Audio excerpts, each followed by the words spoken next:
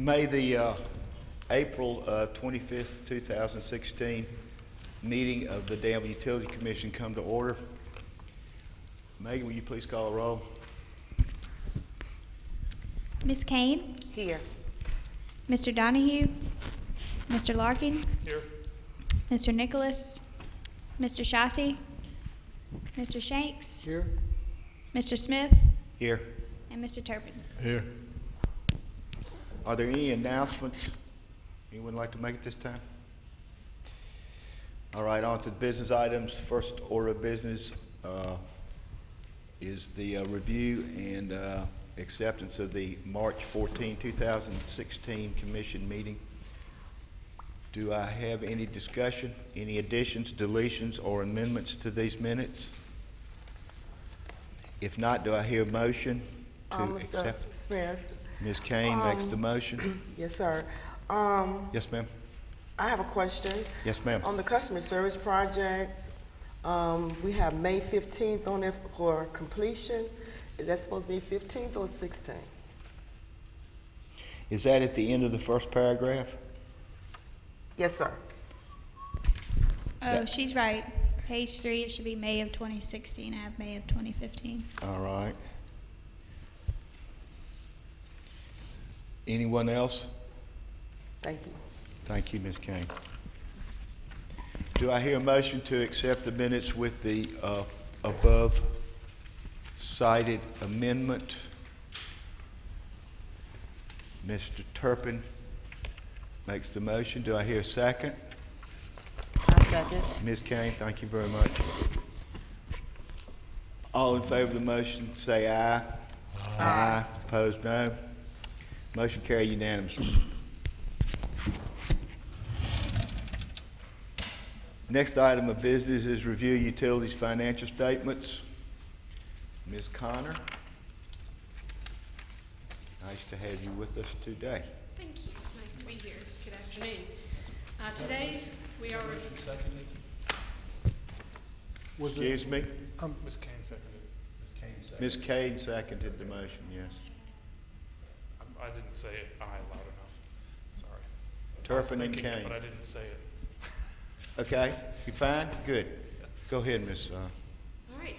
Today, we're reviewing the February 2016 financial statements. This puts us 67% into our fiscal year. We'll start off with the wastewater fund on page 8.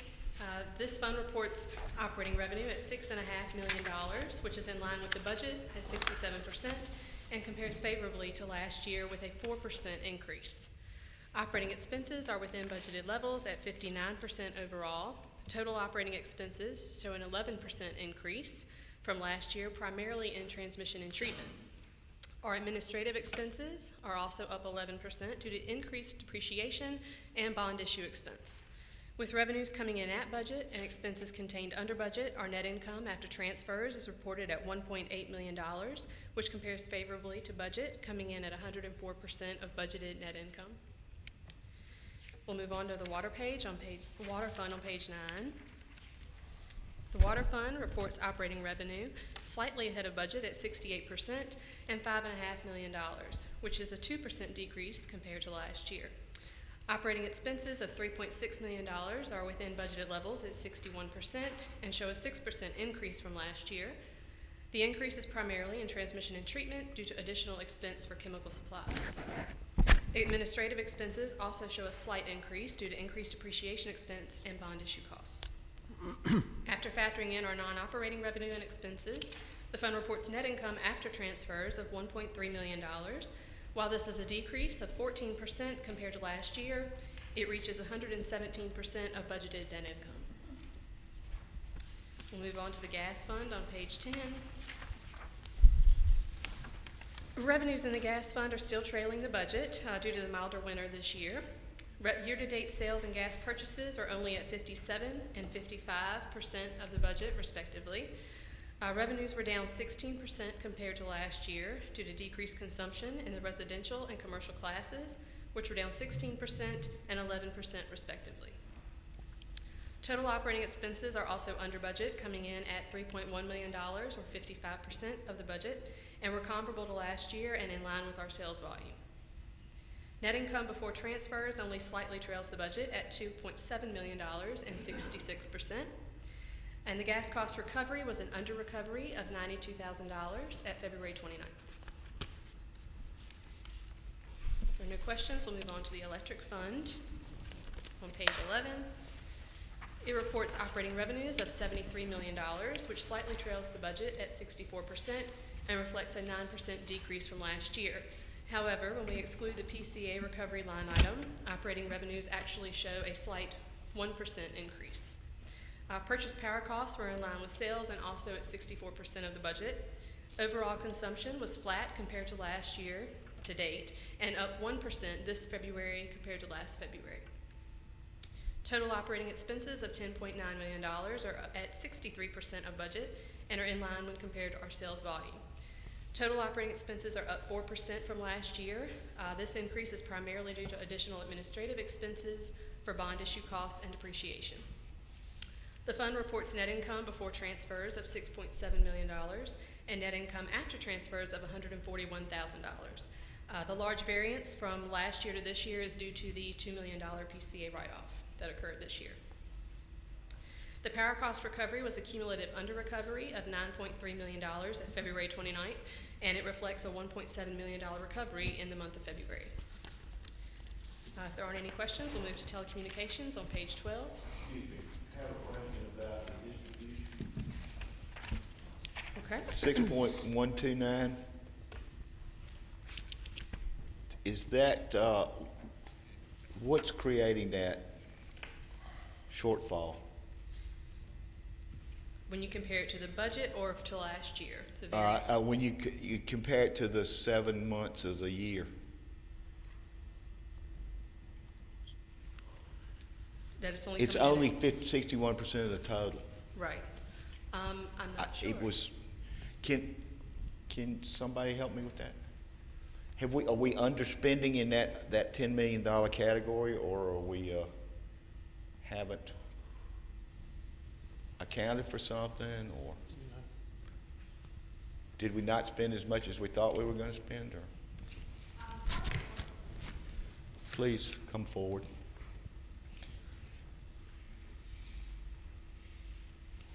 Good afternoon. Good afternoon, Ms. I believe that part of the labor may have been accounted for in capital projects and regular capital rather than in the operating line. When we prepare the budget annually, we spread those costs across those categories, but we don't necessarily spend it exactly in that manner. We spend the total, but it may be distributed differently than as we originally budgeted. But I'll be glad to look into that and answer you next meeting. Do you go back and adjust those at the end of the year? At the end of At the the year, all post-close? of the accounts have to be at zero or under budget. So yes, we would have to redistribute if we budgeted in different accounts than when the labor was actually spent. Okay. So when we're looking at the really the meat of the expenses in electricity, we've got to look in two places. We've got to look into distribution, and we've also got to look at regular capital maintenance. Yes. Okay. Thank you. You're welcome. Anybody else?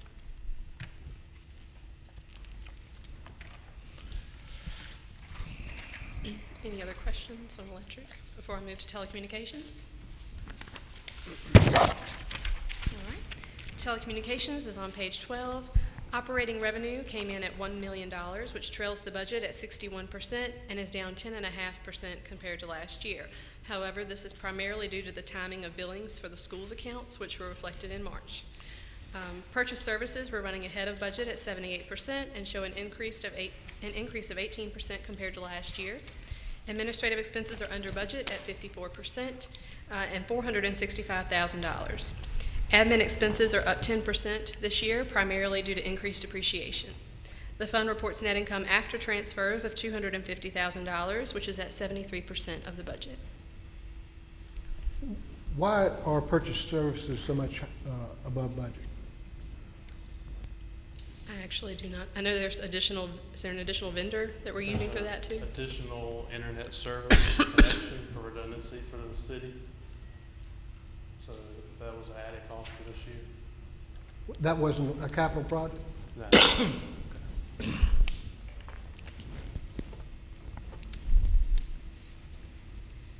Any other questions? Can I go back to gas for a minute? Sure. And this is not a question for you so much as it is for the operations here.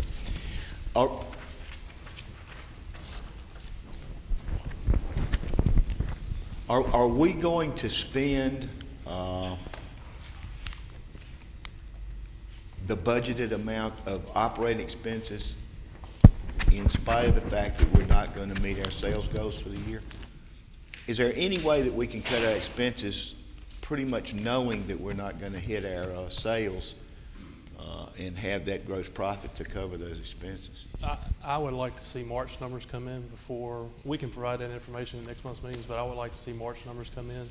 So we have some delayed billings, and sometimes our winter months prolong into March and sometimes even April. So some of the revenue may come in late, but some of our bigger months, obviously January, February, have already passed. But we can provide that information So but we're on the lookout for cutting expenses to balance the in budget. what we appear to be a shortfall in the revenues for the year. We can, yes. Okay.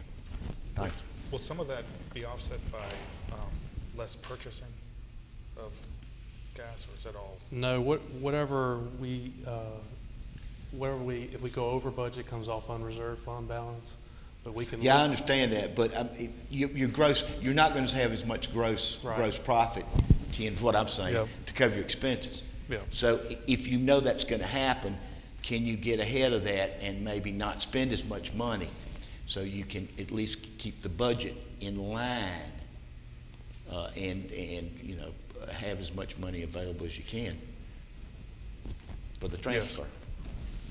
But we can look at March numbers and go from there. Well, I understand what you're saying. I appreciate that.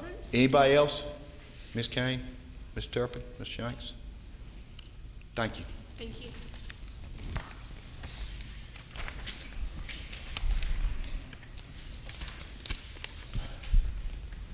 Next order of business is a discussion of power cost adjustment recommendations.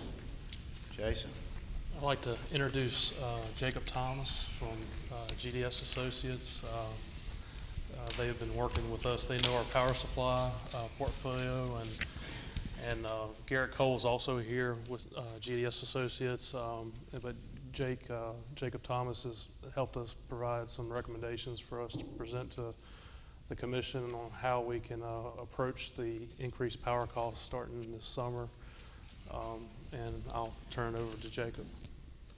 Or Garrett, you want to start off? I'll make some initial comments if that's appropriate. Good to see you guys again. We're going to be talking about the power cost adjustment and then a little bit on capacity costs and corresponding hedging here after that.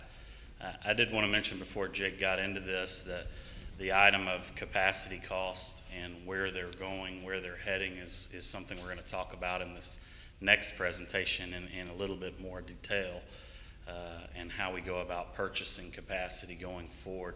Obviously, that's one of the pieces of rising costs that we have concern about that would contribute to the power cost adjustment alongside our hydro costs that are coming online here shortly. So just wanted to kind of encapsulate that. If you have questions as Jake goes along about those costs, we can talk more about that, but I'll also comment more when we get to the capacity discussion. Thank you. Thank you, Garrett. Thank you. So I'm going to be talking about the handout that looks like this, and I do have a couple of slides I'll put up on the screen as well to kind of set the stage. So let me get those up real quick.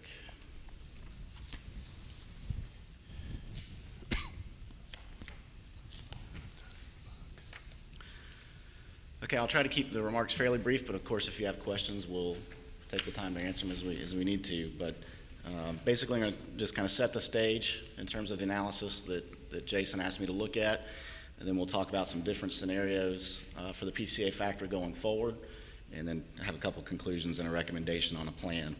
So in the current situation, in terms of how power cost is recovered through the retail bill, just to lay the groundwork, I apologize if everybody knows this, but I like to start from the basics. There's two components in a customer's bill that helps recover the cost of power from the electric bill. The first one is the base rates, and right now, for every 1,000 kilowatt hours sold, a customer pays $86.20 through that rate, through the regular rate, that goes towards power cost recovery. That can be recovered. Typically, you do that during a full rate study, and there's a rate study scheduled for mid-year of 2017, so that might be the right time to consider whether or not to push more power cost recovery into the base rates. The other component is the PCA, the power cost adjustment factor. That factor is an additional factor to the bill that can change from time to time, and it can help recover additional changes in power costs over and above the base component in the retail rates. Right now, that factor is at $4 for every 1,000 kilowatt hours. So that kind of gives you an idea of where we are. I don't know how well that graph will show up, but currently we are under-recovered by $9.3 million. In the past, that means that the amount of power costs that was recovered through the retail bills has not met the actual cost of power, and we're in the hole by $9.3 million. The big reason for that was that we had a rate stabilization put into effect beginning in 2010 that lasted in 2014, where the PCA factor was not increased even though power costs begin to increase. And you can see on the monitor there, it really, late 13 and early 14 is where power costs began to increase significantly, and we really got into a big hole. So we ended up at about a $20 million under recovery balance. We've begun to make some progress on it, as you can see in the graph. So as of today, we're back up to the $9.3 million under recovery balance. So again, we're making some progress. We want to get back into balance by the end of 2018. However, power costs, and Garrett's going to mention this again in a minute, are expected to increase. So we're having to fight power cost increase. We're already in the hole.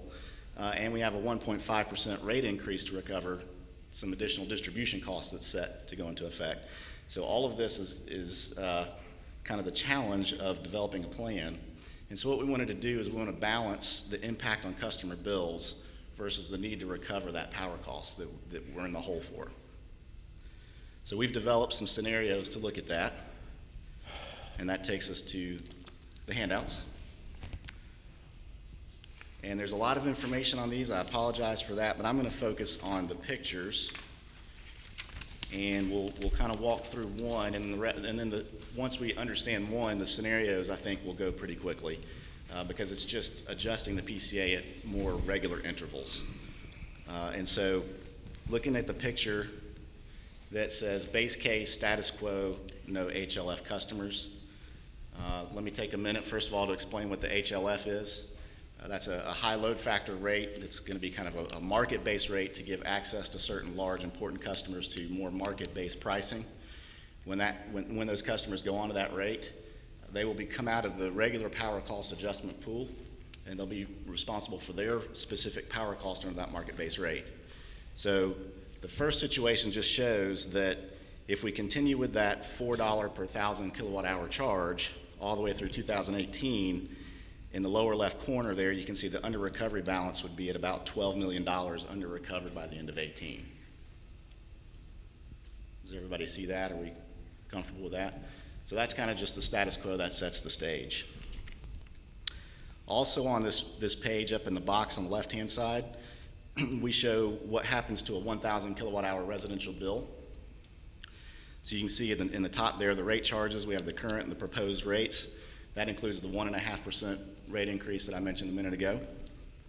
And you can see in this instance, because it's the status quo, the PCA factor stays the same.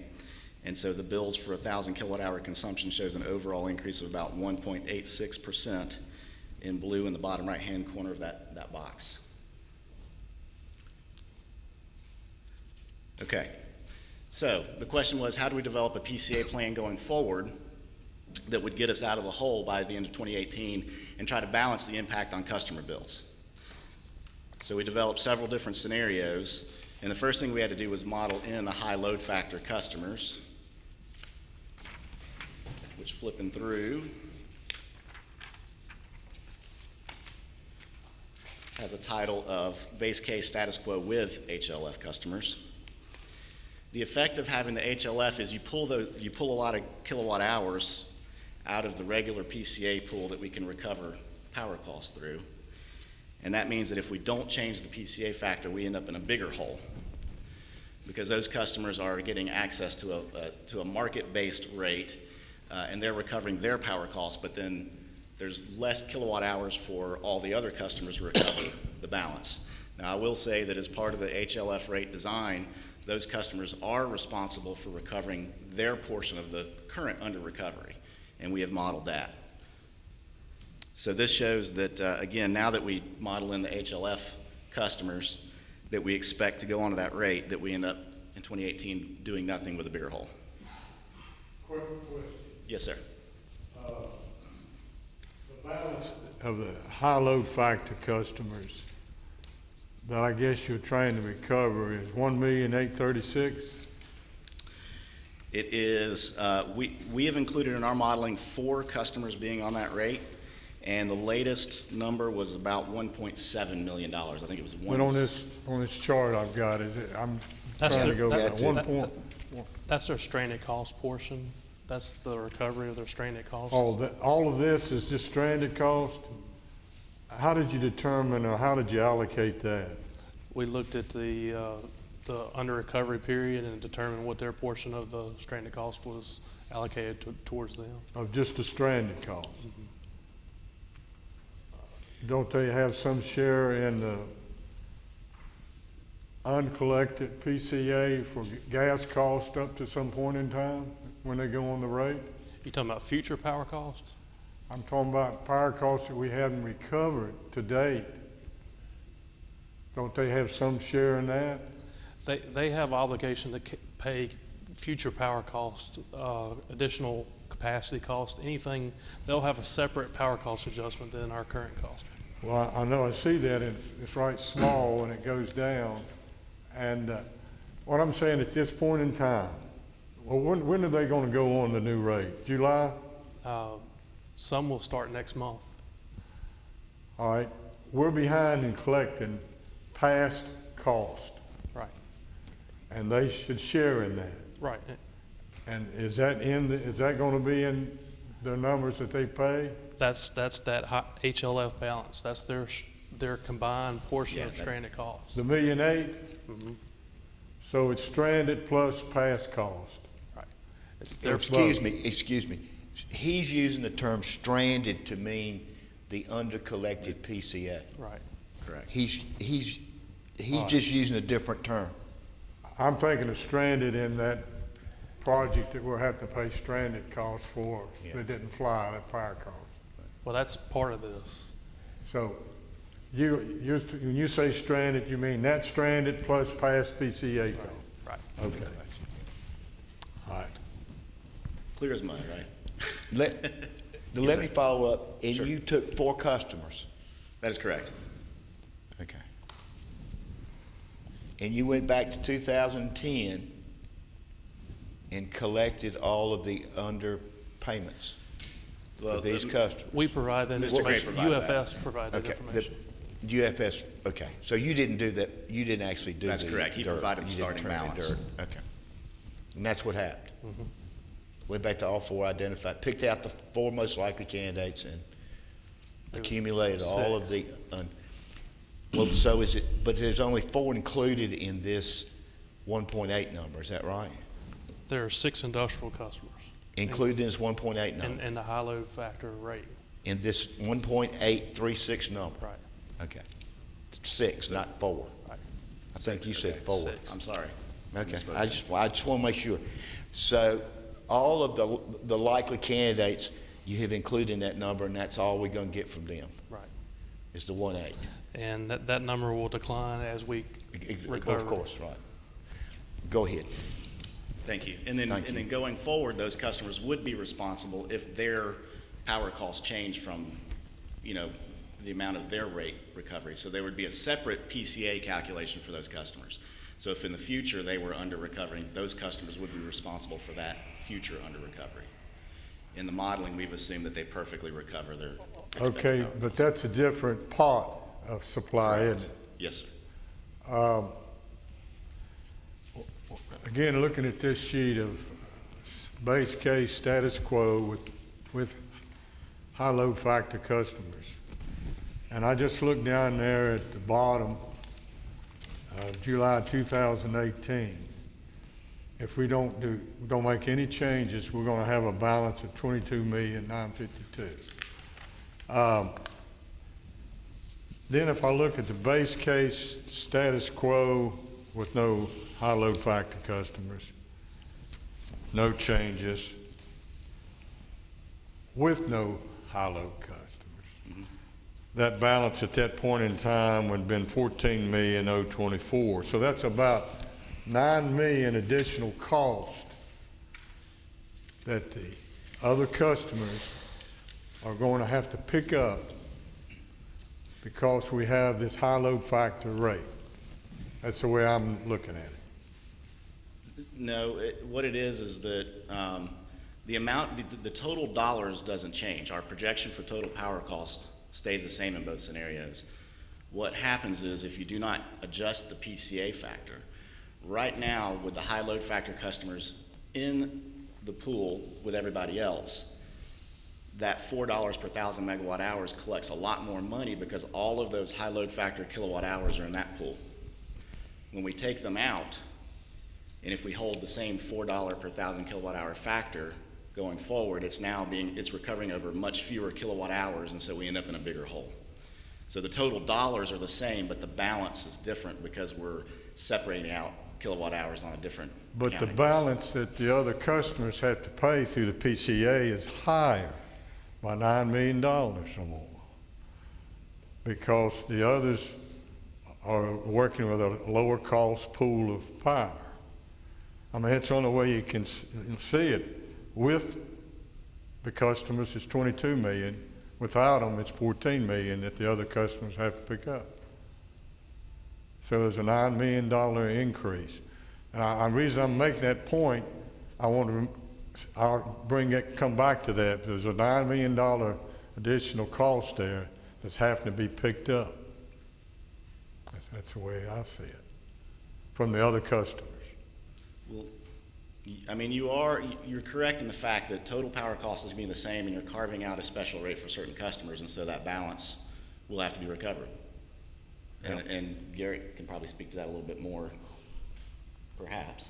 Well, yeah, what we're doing is we're carving out those customers with their separate supply arrangement, but that doesn't change our existing supply arrangements. So we still have to recover that cost and do so over less kilowatt hours. So it's going to create the scenario that you're talking about. Yeah, that's what I understand. You're pulling out one supply that's no longer part of the big pot. That would help dilute that other cost, though, by $9 million if everybody still shared the same as before. So, okay. Right.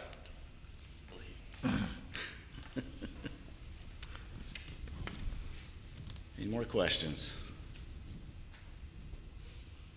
Go ahead. Okay. So now, some PCA scenarios.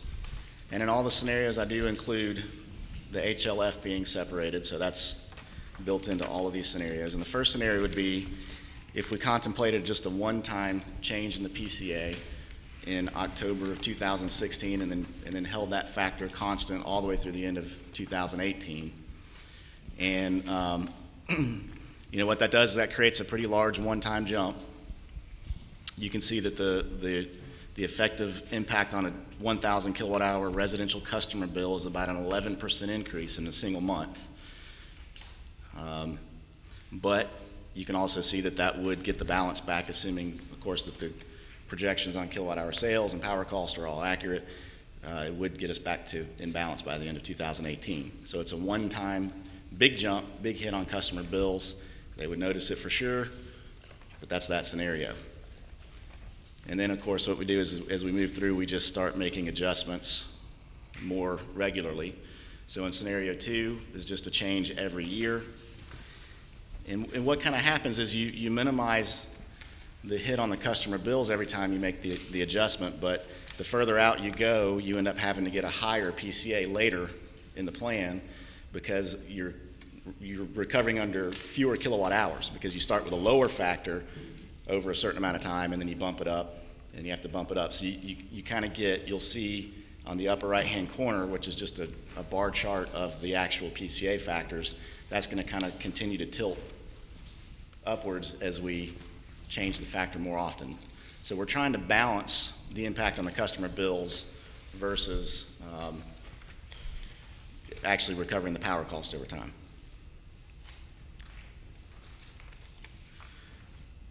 So again, scenario 3 then is to change it every 6 months. The same type of effect. We're reducing the impact in the first step. We're down to a 5.7% increase on a 1,000 kilowatt hour residential bill in the first step, with more steps along the way. Changing every quarter is scenario 4. And then you could actually contemplate changing the factor every single month.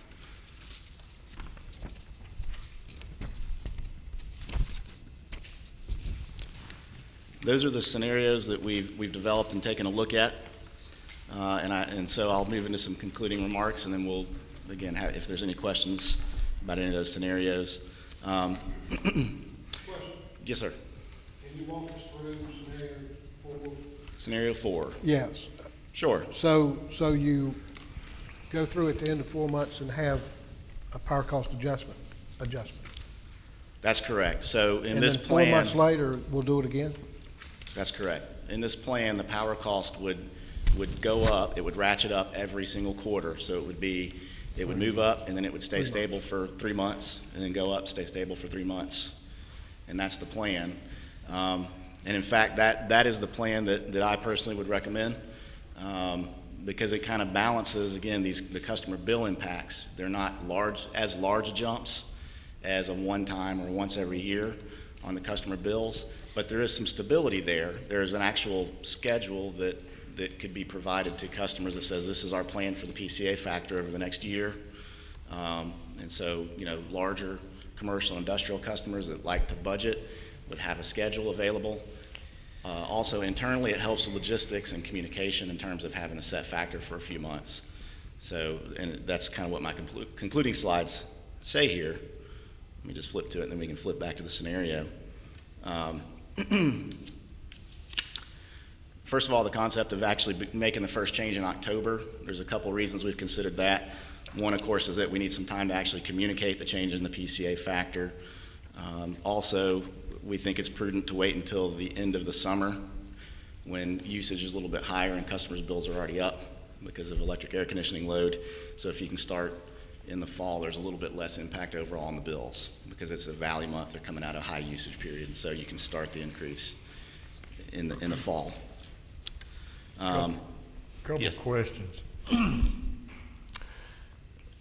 Not to get, we'll just focus on scenario 4 since that's what was recommended. I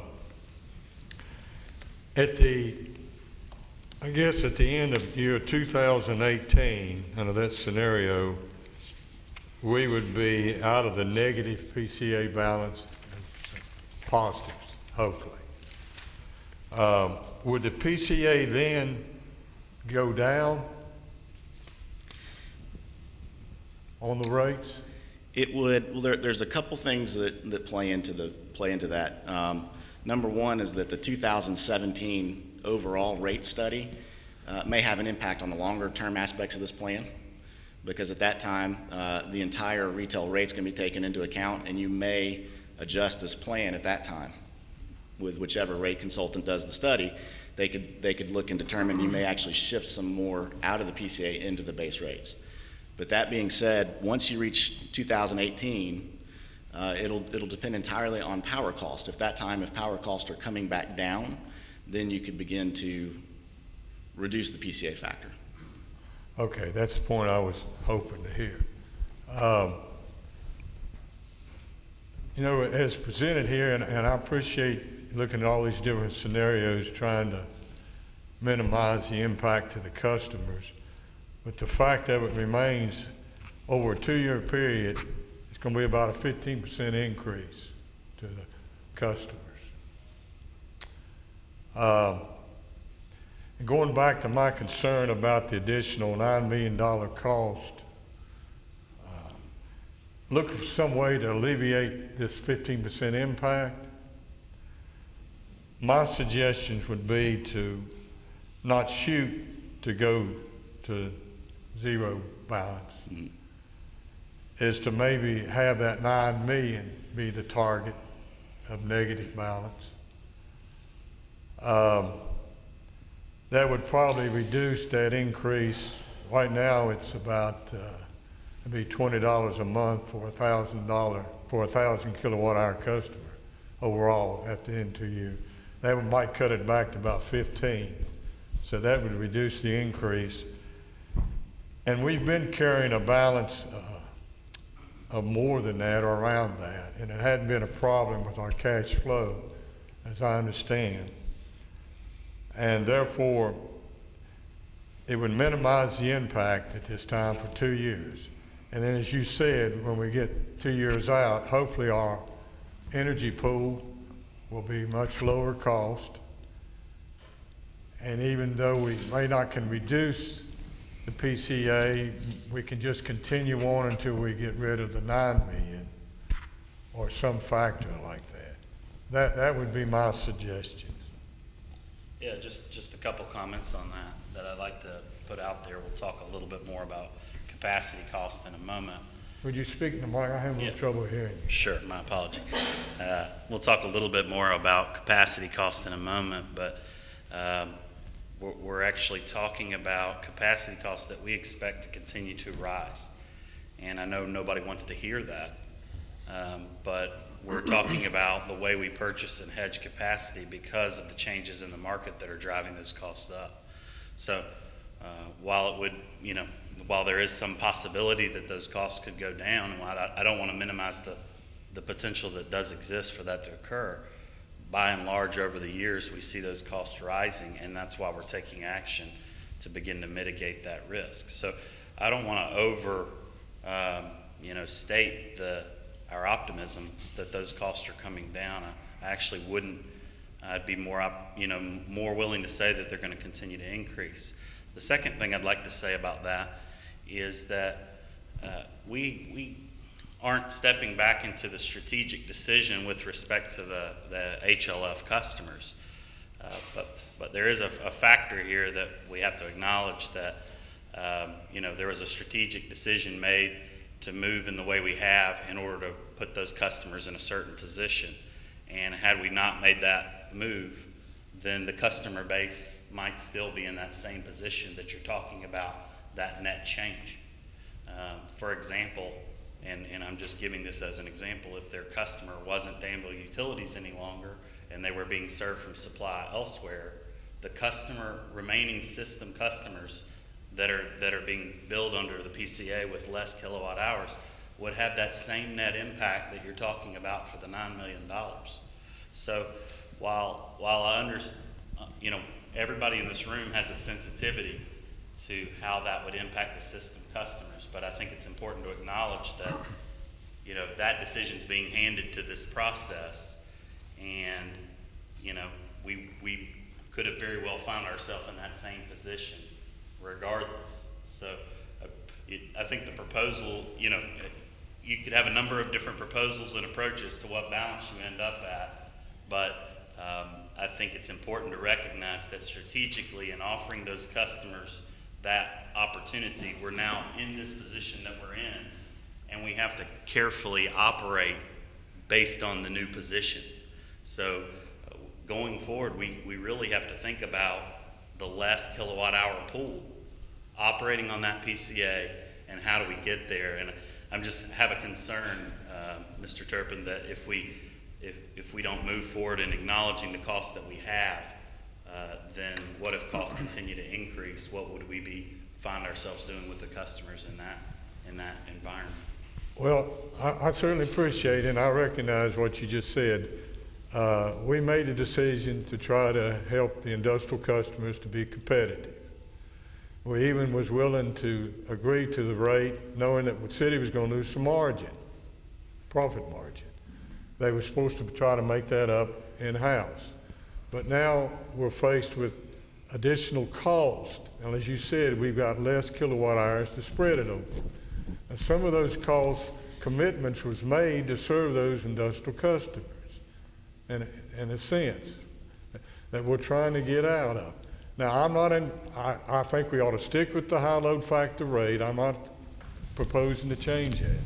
But I raise that issue to give justification that we maybe can use that $9 million difference as maybe the goal to kind of alleviate it on the current customers. And then we'll have to readdress it at the appropriate time in 2018. As just as you said, we don't know what the cost will fully be, but hopefully it'll be lower. But that's a big impact to hit the other customers with. Certainly appreciate that. And So that's my point. yeah, as long as we acknowledge that we would have to readdress at that point, that balance, then I think Oh, yeah. any strategy is on the table to be discussed. Mr. Shanks has a question for you. Okay, I'm going down the same path Jim is. The 4.2% increase quarterly would occur for how long? 2 years. 2 years? Yeah, the current plan is, right. Yeah, okay, and I really have two concerns. Well, one being October, and I'd like for Jason to weigh in on this.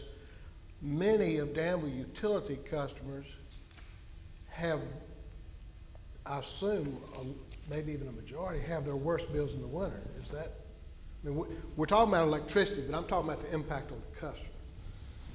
Is October, November, December when we want to, if we pursue this solution, is that when we want to start it? There's really no time that's good during the year, but when we visited customers, our key accounts customers a year ago, we found out that communication needed to improve about when rate changes were going to happen. Yeah, I understand And they that. needed several months to be able to make budget changes and whatnot, and giving them this amount of notice would be helpful in making changes.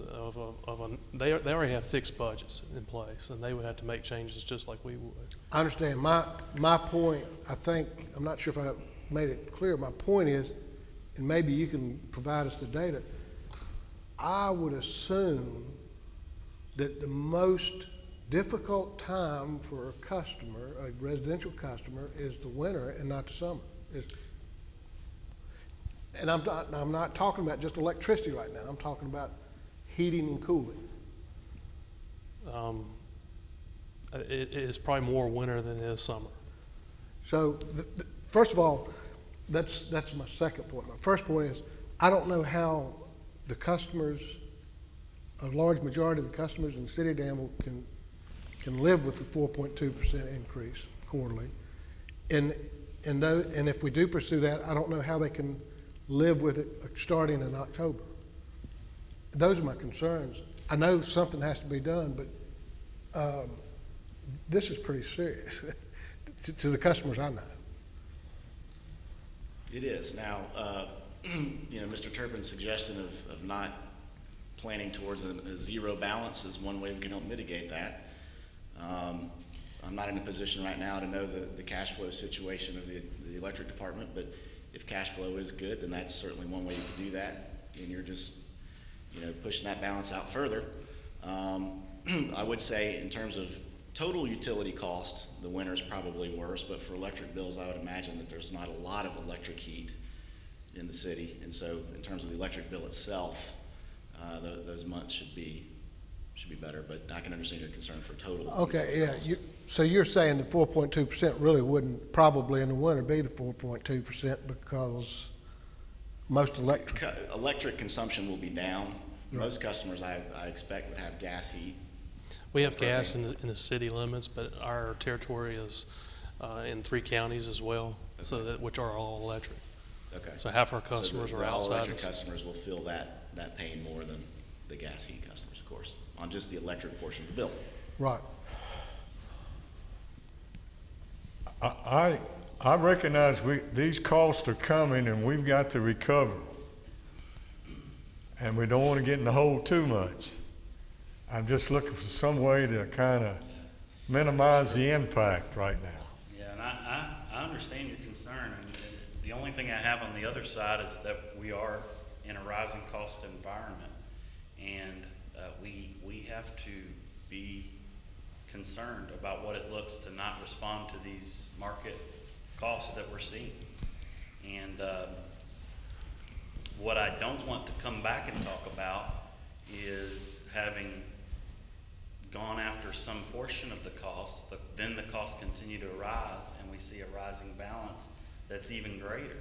So I think we're trying to be steady, have a steady hand with respect to the increases. So I share your sensitivity. No one wants to talk about the cost increase, but when I look down the curve and I'm seeing some of the costs and impacts, that's what we're here talking about, is those costs and how they are increasing. A lot of the increase in cost are a reaction to the polar vortex in 2014 to require generators to perform during high demand periods. And Gary can talk more about this, but this is part of their capacity performance plan. And where we will receive the benefits of that, but we also have to pay for it. But your cost projected is considering all that, right? Mm-hmm. The increase in costs are because of that, of all this. That's right. I think you are also indicating that beyond that, we had a hope that costs were decreasing. And I was also just relaying that I don't have a great hope that costs are decreasing from that level at that point. Even if it didn't decrease, it stayed steady, we're catching up, so the PCA should come down. Right. I understand what you're saying there. I don't understand that. Let me ask it my way so I can understand it. If we take this PCA down to 0, as per scenario 4, on that day, what is the cost point that would allow us to eliminate all the PCA charge? Is it the cost of power today, or the cost of power then, or? Right, it'd be the I cost of power don't then. get it. It'd be the cost of power at that time, and how that relates to the amount of cost recovery in your base rate. If those are, I'm sorry, that's complicated, but. No, well, okay, stop right there. Sure. Let's assume that the base rate's the same as it is today. Okay, and if power cost then is higher, then you're still gonna need a positive PCA. Higher than it is today. If it's higher than what's in your base So rate. the .2025 in December of 2018 is only covering today's power costs. No, it is designed to recover tomorrow's power costs plus help recover the under recovery over time. Is it designed to cover December 2018's power costs? Yes, because you can see in column I is the amount of power costs recovered in 2018, $9.1 million. And so actually that factor recovers in column J, $1.6 million more than the actual power costs that we're projecting in that month. Where did column C, where did those numbers come from? Those are your projections.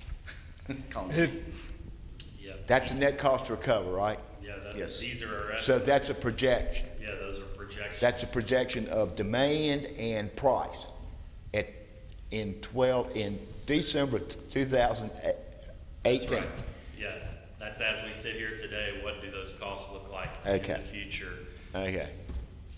Okay. It's our intentions to operate the PCA like we do the PGA. I'm trying to figure out where you're getting your cost numbers from. I want to make sure I understand this, because I'm trying to kind of follow what Mr. Turbin's saying. If all things are equal, then we're going to have a hard time absorbing any additional reduction in the PCA by just hoping it's going to be all right. I think that's sort of what you're trying to say, isn't it, Gary? Is that what you're trying to say? I mean, we can't assume anything because we've already assumed more than we should have to start with. I really, if I may say, the PCA then, you can see the recovery is all positive in 2018.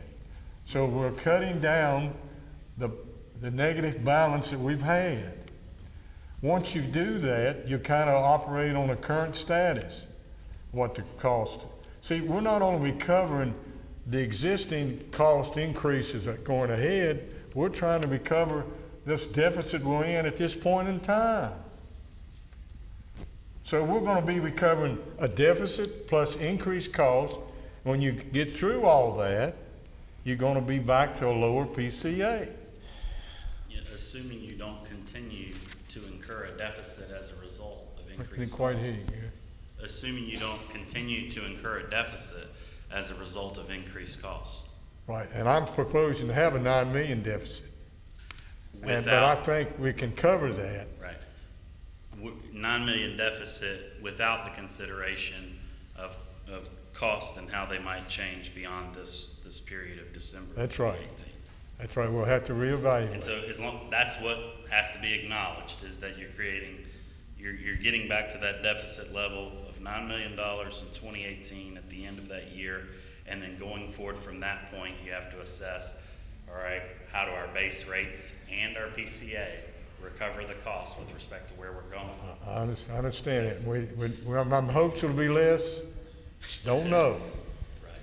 Yeah, and to your point, Mr. Turpin, if you get to December 2018, in January of 2019, if power cost is the same as it was in December 2018, you would be able to reduce the PCA factor some amount, probably not all the way back down to zero. Right. Because there is some built-in recovery of prior under recovery in that factor. Exactly. If power costs stayed the same the next month, there would be room to reduce the PCA. How much remains to be seen. Okay. We straight on that? Let's talk about the rate study. We have a rate study coming up that will be for a rate to put into effect on July 1, 2017, right? All right. So a new rate study can give us a better distribution of distribution charges to to energy charges, and therefore give us a better base rate mix. Is that a way to say that? That would be the opportunity to not only Where all our to adjust- customers would be contributing to the base rate at a level that we could make up some of we can raise our margin. you could recover more power costs through the retail rate. Yes, at that time you can make that adjustment. That'd be Does applied. that answer your question? Would that Yeah, apply? do you all have do you all have an impact, do you all have any idea of how much impact you can make on that? Well, With the I mean, base rate recovery? conceptually, in theory, you could reset the PCA all the way back down to zero and put it all into the base rates, or even to a slight credit, and then, I mean, the customer bill is going to end up being the same because they're just going to pay it through the retail rate instead of the PCA. But isn't it normal that the PCA is supposed to be around zero? I mean, isn't that your goal, is to have that, just take care of the, Typically, that's the goal, is to keep it near zero. Yes. Repeat that, I didn't hear that, could you repeat that? Yes, I just said typically the goal is to try and keep the PCA close to zero. But I've seen them, in the industry all over the board. There are some that have big negatives. There's some where a PCA is in excess of 5 or 6 cents per kilowatt hour. So Yeah, I mean, the point is that it captures the volatility in Right. between your rate studies. Right. But in and of itself, we're talking about, one hand or the other. It just changes hands. So, it's not that you're gonna capture something when you perform the rate study that you're not capturing with the power cost adjustment. It's just an acknowledgement of the truth of what cost. Would you pass that, if you put the PCA over into the base rate, would that apply to all rates, including the high load factor customers? Have a separate PCA. yeah, it would, but again, because we're doing the separate accounting, you would shift a different amount into the high load factor. It would be, it wouldn't be correct to shift more of the cost into the high load factor base rates than their power costs that we're assigning to them, because we're treating them as a separate power Say that cost. again, I didn't quite follow you. Sure. You could change the base rate recovery in all of the different rate classes, for sure. for the high load factor customers, because we are accounting for them separately already, it wouldn't be appropriate to put more power cost recovery into their base rate than they deserve through the accounting of that cost.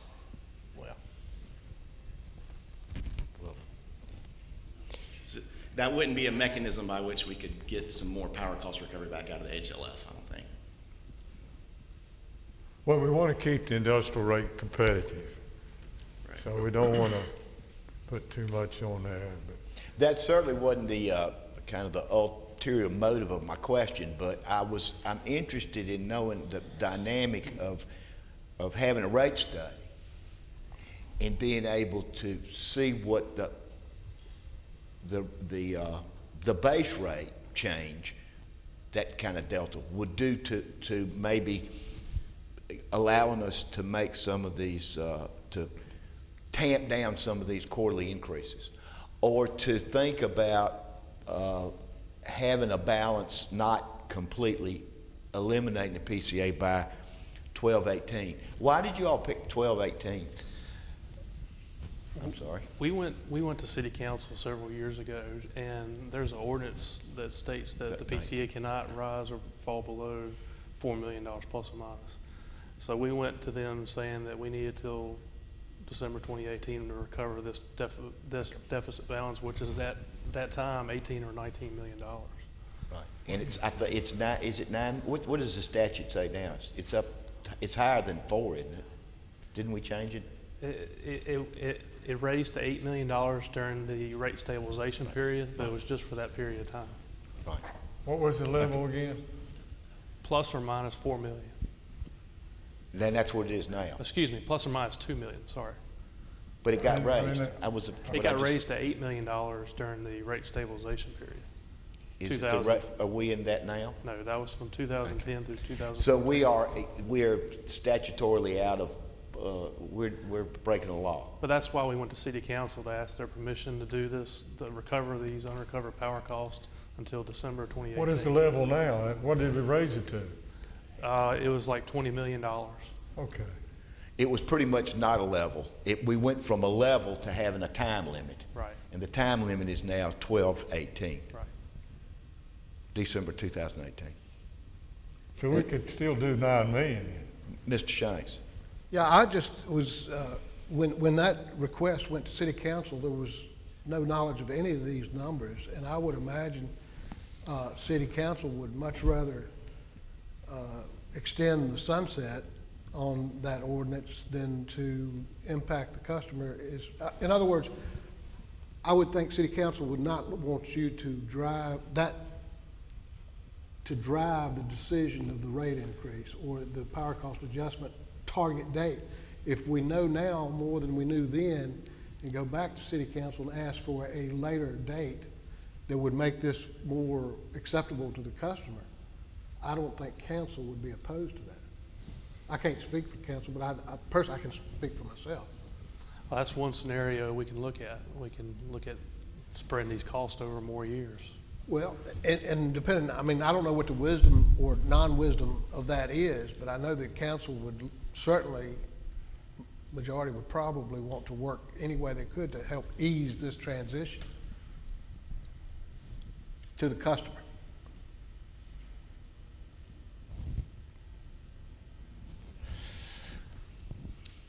Does anybody else have anything? So what I'm hearing is,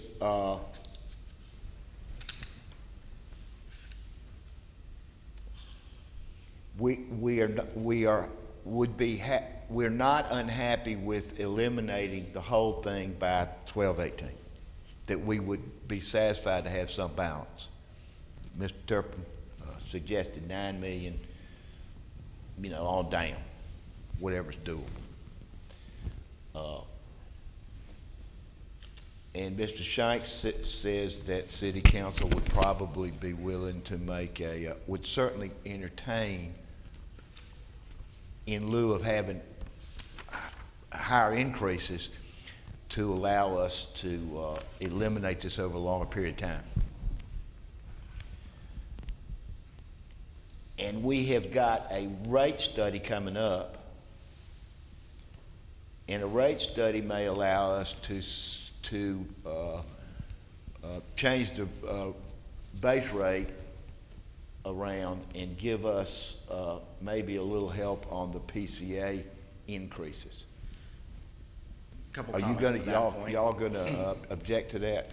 Let me just maybe perhaps clarify it, not object so much, but the primary benefit of the rate study is it'll allow us to maybe more appropriately collect cost within the classes, the non-HLF classes.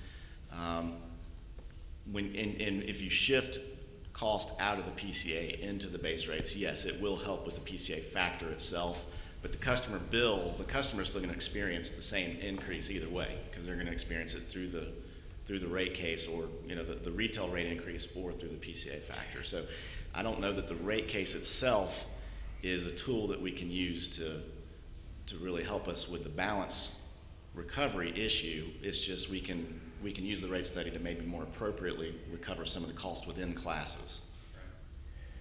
I'm not so much concerned about the balance recovery issue. I understand that's gonna be hard work no matter how we do it. What I'm concerned about is, and we have been working with this issue since 2014.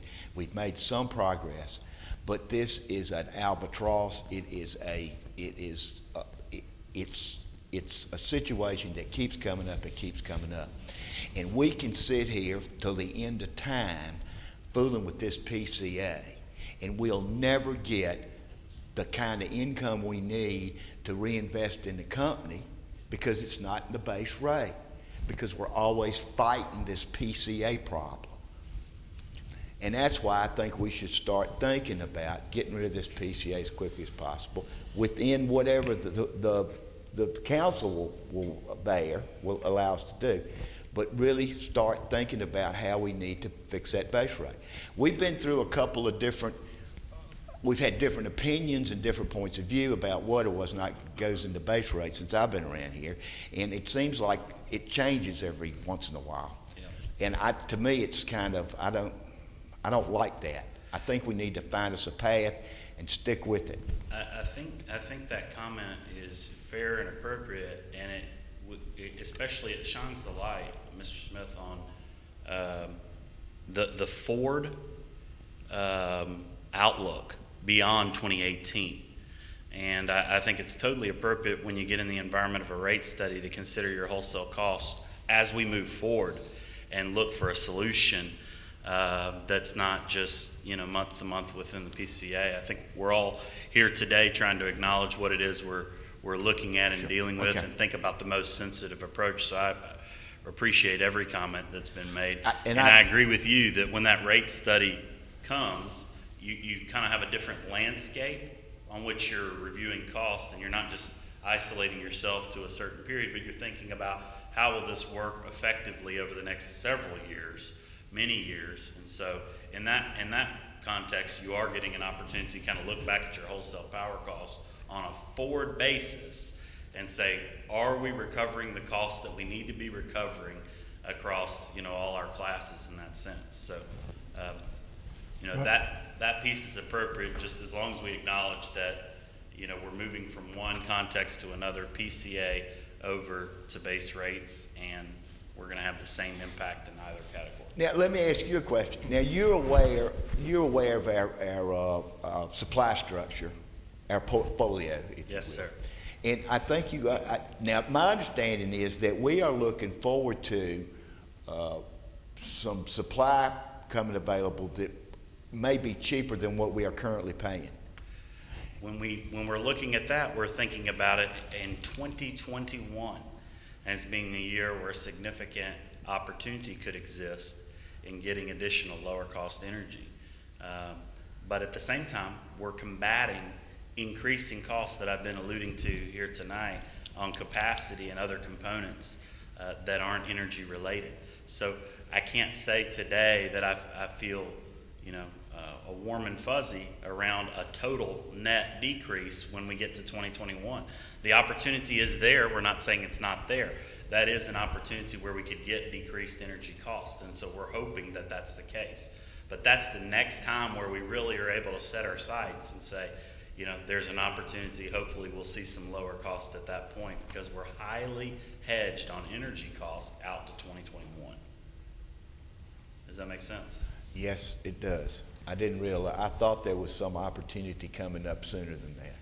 Because Well- there were some strips that were gonna expire. Yeah, I thought And we were gonna 2017. be able to, in 2018, we were gonna be able to replace them with some lower cost power, assuming that gas prices stay. Yeah, I just think those, you know, to the extent we have a more significant opportunity, it's out to that timing. There is certainly the strip that fades away here shortly and we're able to replace, but it's not Not big enough. not huge. So I don't want to overstate what impact that might have. The ones that end at 2016 and 2017 are like 10%. The ones he's talking about 2020 are more like 20%. Yeah, a bigger percentage of the portfolio at that time, so. Well, that's good information. I appreciate you sharing that with us. Yes, sir. Couple of points on that, Mr. Chairman. Whether you got in the PCA or you got in the base rate, you're still gonna be looking at the same sheet as how much you recovered on your cost. Doesn't change that. Yeah. And if you put too much of the PCA factor into your base rate, it takes away the flexibility of ever reducing it. I mean, you can do it with having a rate change, but when it's in the PCA, it's supposed to go up and down within moderation. Right. And if you put it in the base rate, you kind of lose that flexibility.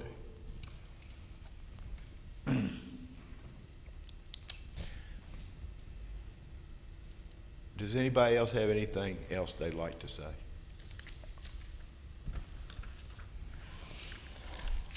I'm gonna say that,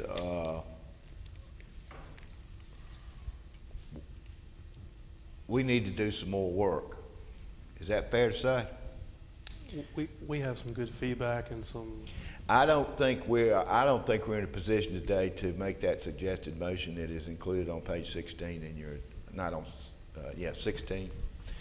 Unless you I modify it. wouldn't be comfortable making that recommendation today. No, you need to modify it. Say we'll Well, shoot for I'm it. not exactly sure how we want to modify it. I think we, maybe. If you're need- not comfortable with the 9 million, you can study and see what number you want to put in there. I'd be comfortable if we could just, as a committee, instruct the staff to study and investigate some of the questions and issues that we brought up here today and bring us back a further discussion next month. Does the committee agree with that, or shall we do something else? They could play around with scenario 4, I guess, at different levels of A balance. ending point. Well, I think they need to bring us back a couple of numbers that allows some balance at the end of 2018. Well, going to what you're saying. Is that what you're looking for, that $9 million? I'd pick that because, in my opinion, that's what's kind of, I understand, but that's what I'm trying to say. I mean, we want them to bring us back a sheet that's got that on it. that would reduce the rates about 25% that's Well, been proposed. I think we need to look at that, and I think we need to think about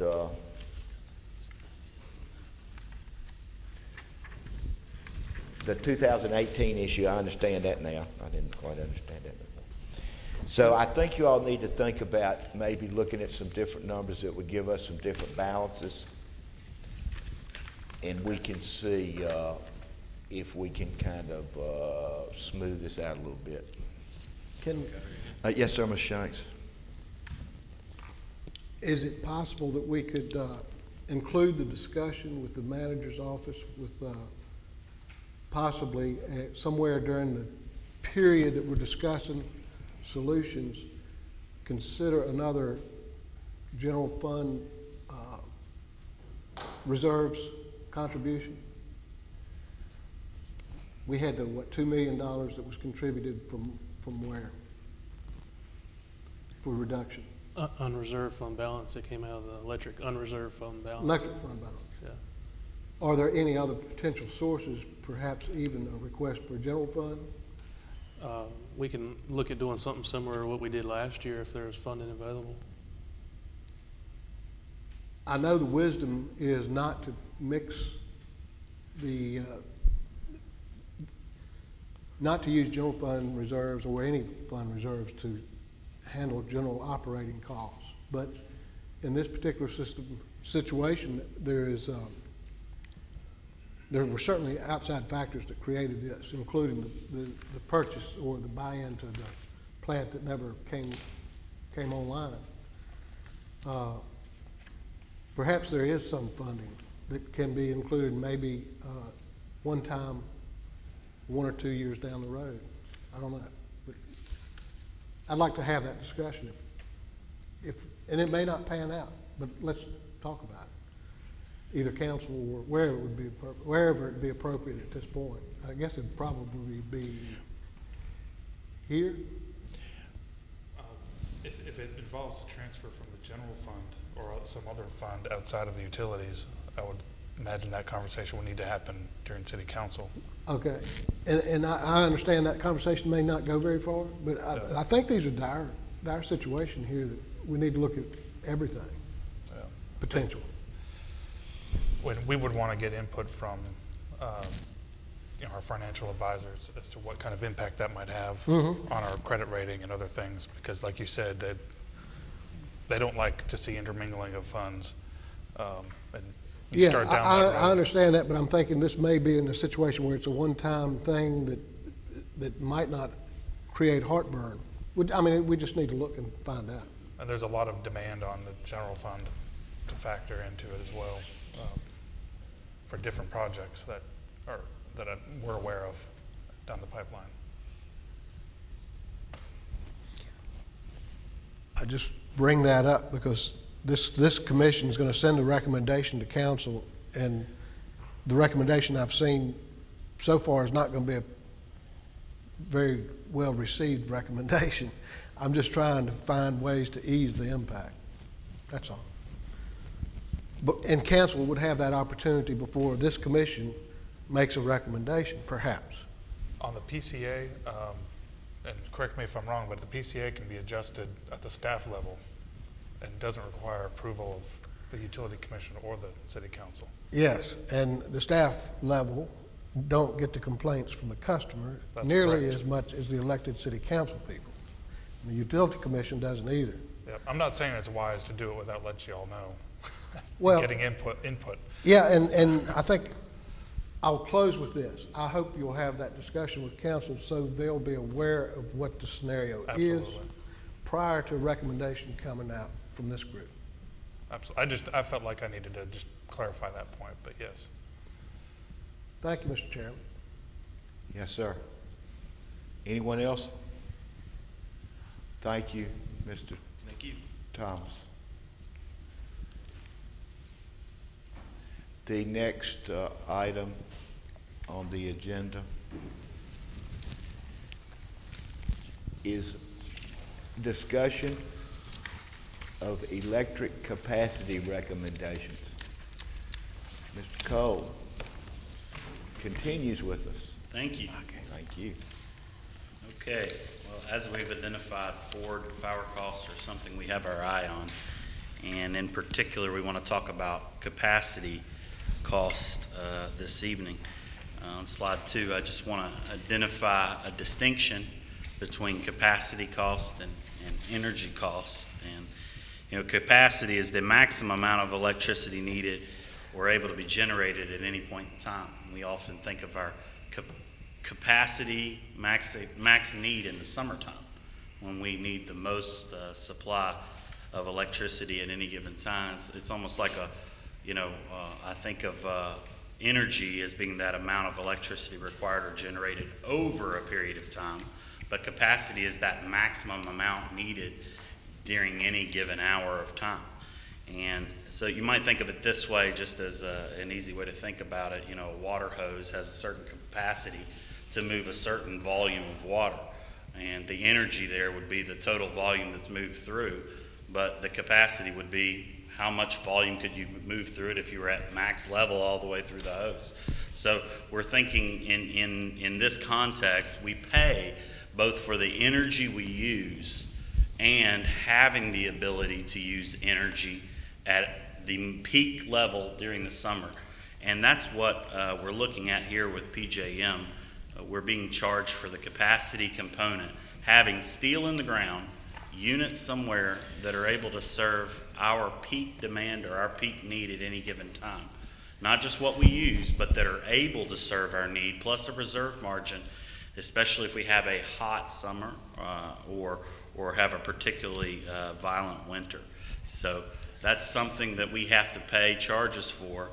And as I'm going to describe here shortly, PJM is now focusing, the market that we're in, PJM, is focusing on the importance of having a much more reliable environment. And of course, that has impacts on us from a cost standpoint. Here on slide 3, you see the total capacity requirements that Danville would have in various years as we go down the curve. These are split up in a fiscal year based on the market, so that's why you see them split 16, 17, 17, 18, 18, 19. They're fiscal years as we see it in the market. And you can see that all of our capacity resources make up just generally high level about half of our overall capacity need. So if you're looking at this period of time starting here in 2016-17, just call it 260 megawatts of total need here over this time horizon. We're about halfway there in our capacity that we have from existing generating resources that we have control over. So what we're looking at is this portion above the line here, the deficiency, and how do we serve that. So you see these resources listed through this term up on the chart here. These are long-term resources that we have that are lasting through this entire term. And it's important to understand the way we buy capacity is on a shorter term basis according to an auction that is 3 years out from now.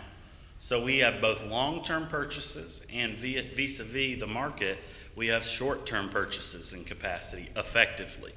And so the question is, how do we strike the balance between depending on a market on shorter term purchases that are known 3 years out, which is a form of hedging or purchasing, and then having purchases that are known what their price is and what their volume is over a much longer or more extended period of time. So as we just mentioned here, showing on slide 4, we're about 50% hedged, or 50% of our capacity is secured during this period of 2016-17 through 28 and 29. And so we're talking today, what are ways that we can mitigate or hedge against increasing capacity costs during that term that don't involve a lot of energy. So we do have to separate the conversation. Energy, we're highly hedged. That's over here. We're not talking about that. We're talking about our capacity, and we want to address what can we do about capacity costs. Why are we talking about this? Here on slide 5, as Jason mentioned earlier, we have a response by the market to the polar vortex of 2014. And that was a time of heightened increased demand in the winter months, both heating demand and also demand for natural gas at power plants. And what we saw was a real crunch on the ability for the market to keep up with peak demand.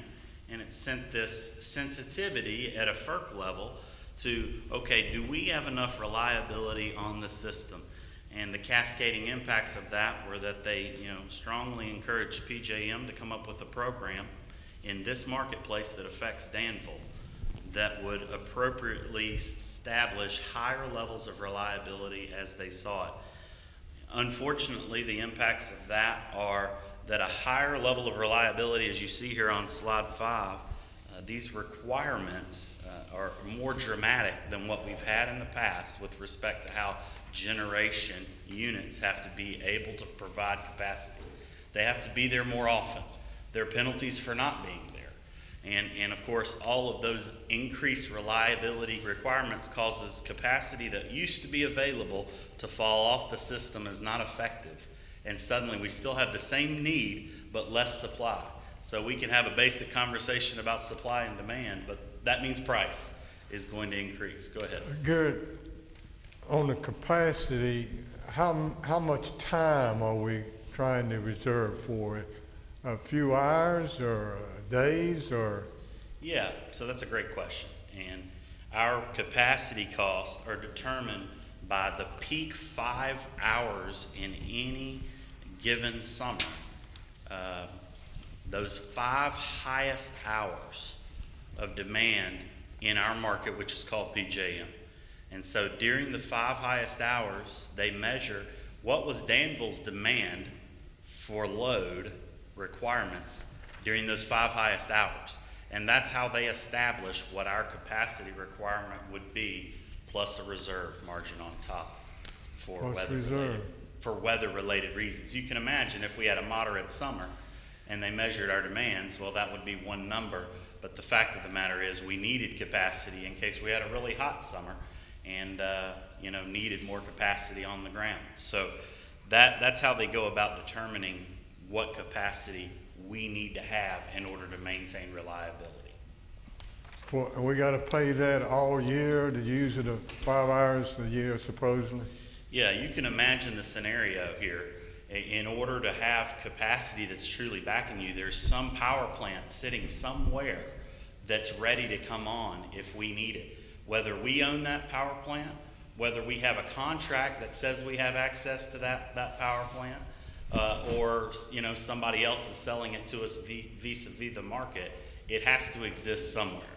And that's what the result this market does, is make sure those resources are available. Whether we use it or not, Whether or we don't know when we're going to use it. That's correct. We don't know. And that's the intangible of this question of reliability, is it has to do with being prepared and what your readiness is in extreme scenarios, right? Back to polar vortex, we're talking about a really cold winter or a very hot summer. And the question is, how reliable will you be in the extreme scenarios? And that's what PJM is going after here. They're saying we want a higher level of reliability even in the cases that are very extreme. And that has, unfortunately, a cost associated with increasing that level of reliability to an even greater spectrum of cases. Here on slide 6, we demonstrate what the costs have been for capacity here to date. And I just want to point out, it's been highly volatile since the inception of this market in 2006. And so we see a number of changing costs here, up and down. Of course, various market interactions are occurring from different capacity resources. So when we think about hedging or mitigating this cost in the past, we've seen both the highs and the lows. One concern that we have is the red dotted line on the end there that is a result of the capacity performance product. A higher level of reliability immediately has resulted in a higher level of cost associated with this market to provide the resources that we need. And, we've got a few points listed here on slide 6 for the reasons, but you've got, firm gas needed in the winter, different units that are possibly being assessed large penalties if they're not available now, that weren't penalized in the past year-round. We also, a lot of units are having to develop storage capacity and firm gas arrangements that they hadn't had to have in the past. Well, all of these things have a cost, and it's putting upward pressure on the capacity prices, and we can see it both right away in the points on the page that we've already seen clear the auction, and implicitly in the market and in the cost that we see going down the curve. So getting back to our early conversation, unfortunately, because of this market construct, we're seeing costs planning to increase as we go down the curve. And now we need to ask ourselves another question: how do we protect the interest of the customers we've been talking about heretofore when these costs are imminent? how do we go about protecting those costs and looking at hedges that might better secure their interests as we go down the curve? How is it priced, Garrett? You got cost per kilowatt per month? How is the capacity priced? The the auction's clear in a nomination called dollars per megawatt day, but quite simply, you can perform the math. It can be shown in a dollars per kilowatt month. The nomination is could be shared in a lot of different ways. So the common methods are dollars per megawatt day, or what you see here on the page, dollars per kilowatt month. The next slide here on slide 7, we set out late last year to release a capacity RFP. And the whole intent was, as a result of what we were seeing in the market and increasing costs, to look at opportunities where we might be able to mitigate these costs at a lower level. So we issued this RFP. The idea was that we would look at capacity beginning with the 2018-19 year, which is up and coming. And again, our primary focus was on capacity offerings with very little energy. You'll recall that, by and large, we're very hedged on energy needs.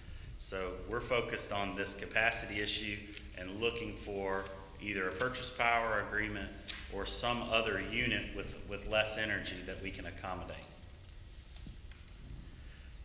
You'll remember that we saw basically 2 categories of proposals: solar proposals for purchase power agreements ranging from 20 to 30 years, and also other traditional proposals, mostly gas related or driven by the market in capacity, as well as what I would call 2-party interactions, purchase power agreements, or a bilateral arrangement. So those other non-solar or traditional proposals for capacity with a small amount of energy or no energy at all. So in the RFP process, and our status in that is we've selected a 6 megawatt solar project to proceed with. This project provides some amount of capacity as part of this plan, and we're in the final stages of that PPA review, approaching a contract execution. And then these additional traditional proposals, we had a number of different offerings to us. Some unit-based, some that were just an agreement between 2 counterparties, and it turns out that many of the units that were proposed at that time were higher cost and not seemingly advantageous for us to proceed with at this time. So the top 3 bidders were selected. Mostly the context there was sort of a 10-year arrangement for capacity between 2 parties. And we're in the process now of reviewing documents with those top bidders. One bidder did withdraw because of a change in conditions for that entity. So essentially 2 entities that are on our final short list here for capacity that we're talking to you about today. Garrett, Yes, sir. in terms of solar and also some of these other sources that we have, like hydro, it may be a cloudy day when we have our peak capacity. The river flow may be low. So how are you going to know whether they can be depended upon? And you got to have more than your.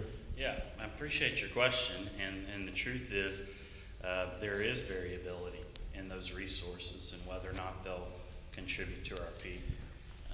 For example, the solar, I think we've done our very best in negotiating that contract to affirm how much energy will be provided under that contract, but even still, even with our efforts to hold the supplier to the feet to the fire, so to speak, you can't know when the sun's going to shine. And so, there is a level of variability with how much those resources would contribute to our capacity need, and that's just, the fact of it. And so we have an estimation of what capacity we need down the line, and it could be more, it could be less. So we try to estimate, into the expectation. Hydro's the same. We try to be conservative with respect to how much capacity we would get from those units. If they're really having a great generation year, then perhaps we benefit from that arrangement. But likewise, if you have a low water year, it affects you. So We just have to acknowledge that some of our resources do have that issue in mind. And again, it's another reason why when we talk about costs going forward, I have a little bit of a conservative mindset on that, because in any given year, we're not certain how much capacity from our existing resources we would receive. Question, Garrett. Yes, sir. You mentioned that the non-solar were being pushed out further into the future, right? I'm sorry, can you say that again? You did mention that the non-solar were being pushed out further into the future? I didn't mention that in particular, but that is the case, that we're allowing a little bit more latitude for that solar proposal. We actually saw some cost benefit, Mr. Shanks, from allowing that solar proposal to go another year or so, year and a half into the future. So we sided with making that adjustment to the contract. Go ahead. What is setting your goal of 6 megawatts? What is that? What's driving that number? The 6 megawatts? Yes. What's driving that is the capacity or the ability to actually install solar panels on the property. Well, the reason why I ask, I mean, the property is generating it, or the developer of the asset? The 6 megawatts? Yes. It's really the bounds of what can be placed on the property. The developer would love to show us more megawatts. They just can't. It's the nature of the property on which we're working with, and that sort of drives the sizing. Okay.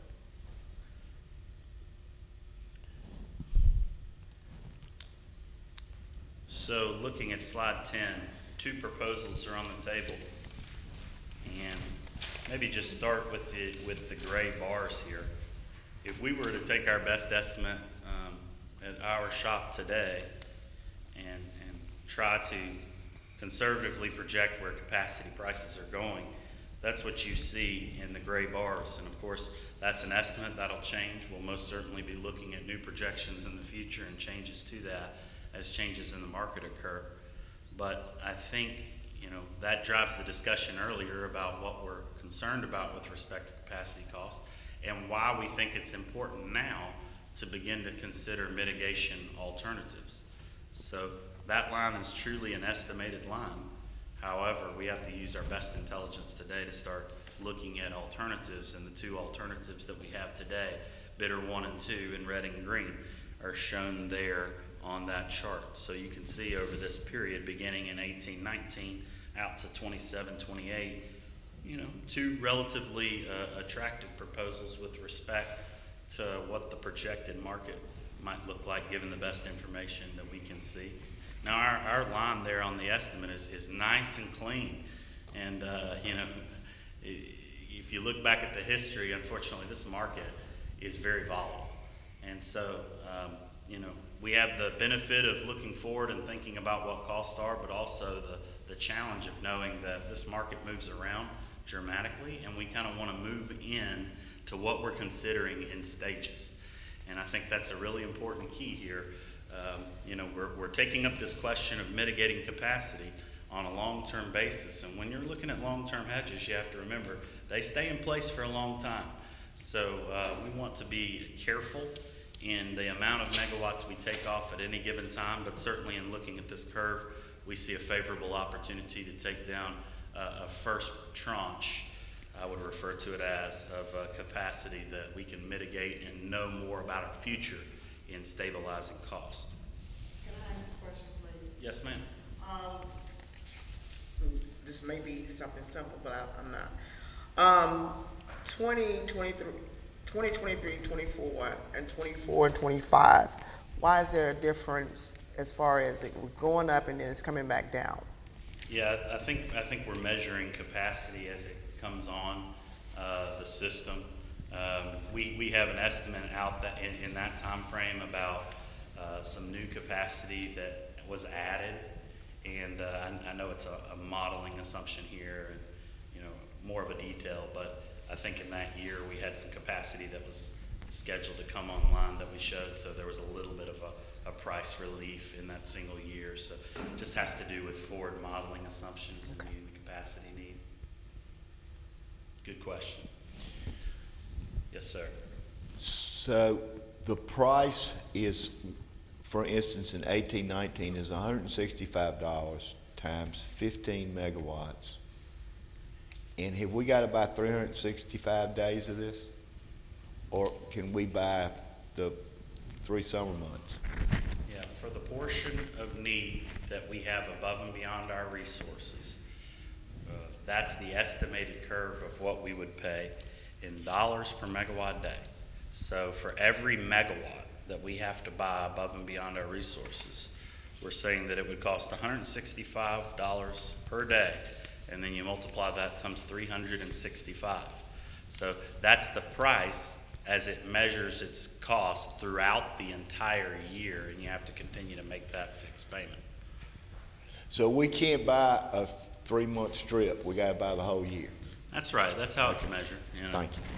The notion is that it represents steel in the ground somewhere, and somebody's paying a fixed amortization to have some. What they've done is they socialized peaking plants. I'm sorry? Instead of the merchants going out here and building the peaking plant, they build a plant and they got peaking power standing by. Right. Instead of the free market doing it, what they've done is they have made the customers prepay the plant. Basically, That's essentially what the customers provide the advance price signal for merchants or otherwise to go into the market and Well, it build. guarantees them price. Absolutely, that's what it does. And so- Instead of them having to risk their capital to see if we had a hot winter, That's a hot correct. summer or not. That's correct. Okay, I got it. Thanks.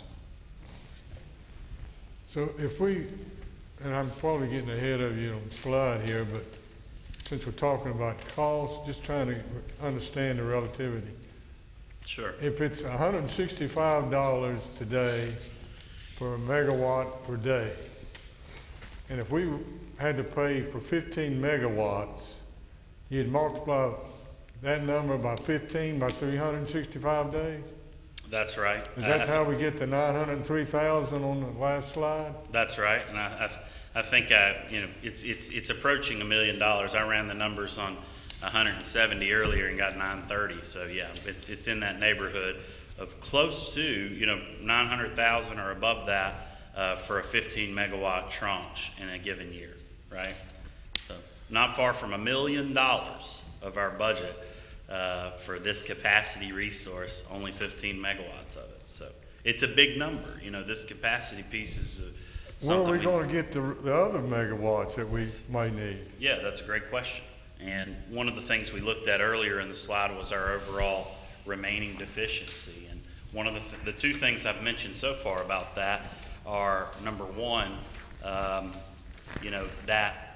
the remaining need is met via the auction that is 3 years in advance. The reason we're hedging beginning in 1819 is because there's absolutely no reason to hedge inside 3 years. We already know the price. So we already know what we would be getting. In effect, that looks like short-term hedging to us because we've placed a reliance on the market. We know what that price is, and it cleared. So, you have short-term and you have long-term hedging. And in essence here, what we're recommending, Mr. Turpin, is that in this environment where costs are increasing, that we would actually increase our longer-term hedging portion away from some of the shorter-term hedging portion via the auction.